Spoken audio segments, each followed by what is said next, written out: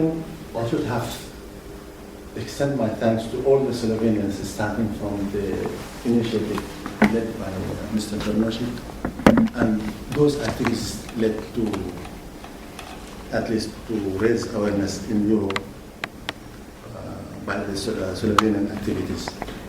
Like now people in the refugees, they feel Slovenia saved them more than the EU and the AU and the United Nations 20,000 troops on the ground there. I think they are consuming money, millions and millions per day.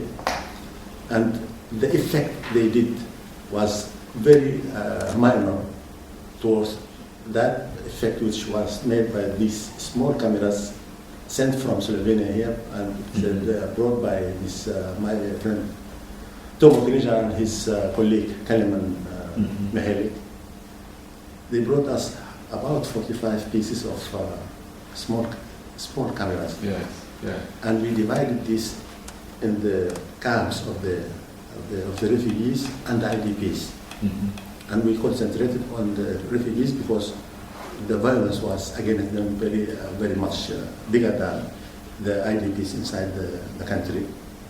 So just the day, everyone here that there is a hidden camera can detect you if you made the violence against women and children. And these cameras are available everywhere. And there is an effect? Not an effect, it's an amazing one. We didn't hear in the last 2 months about any kind of violation against the women and the children. Wow.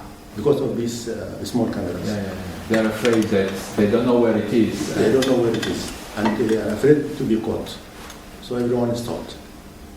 And this is known as the Slovenian gift.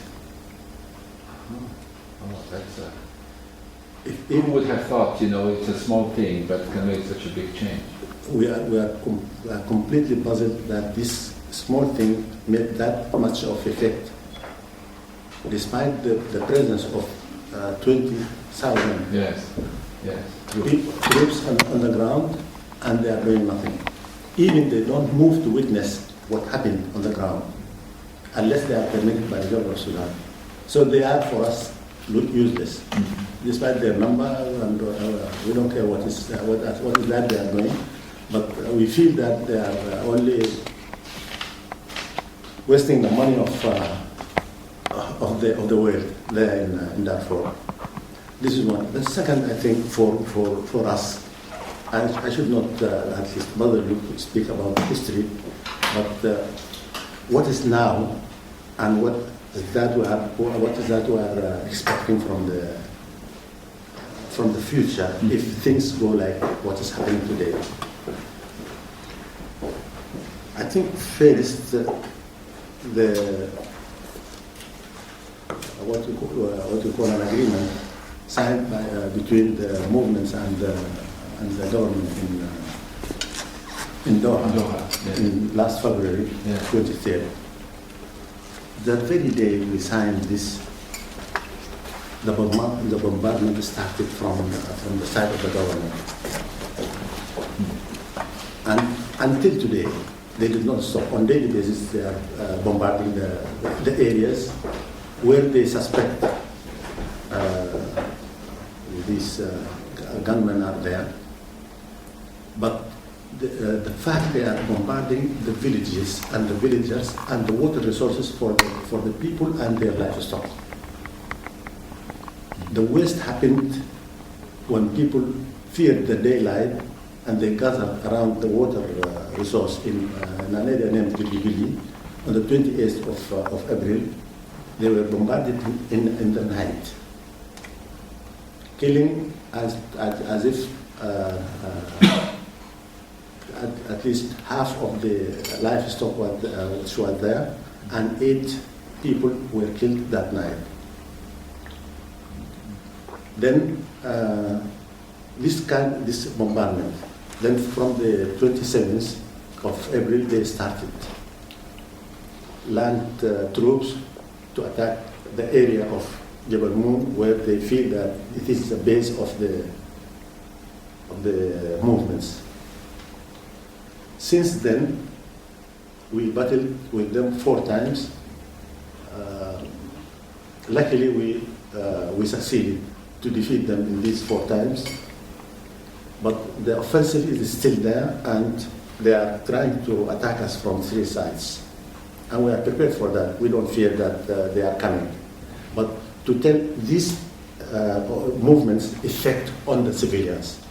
As a humanitarian coordinator, I'm very much concerned with the well-being of these vulnerables. And this is why I'm crying. These people, they don't differentiate between the fighters and the civilians. They just bombard from the air. And it comes on which head they don't care. So this on the 4th of this May, 3 days ago, they bombarded something like 18 villages to the west of Al Fashil, when they feared that these rebels are going to attack Al Fashil. The rebels are not in the villages, but they bombarded the villages and continued bombarding until yesterday an area named Tabit, which is the market of the area. So they killed innocent civilians every time, and they know that it is dangerous to fly over the troops who are armed, and they know that these civilians are not armed, so they bombard the civilians easily, and they don't care.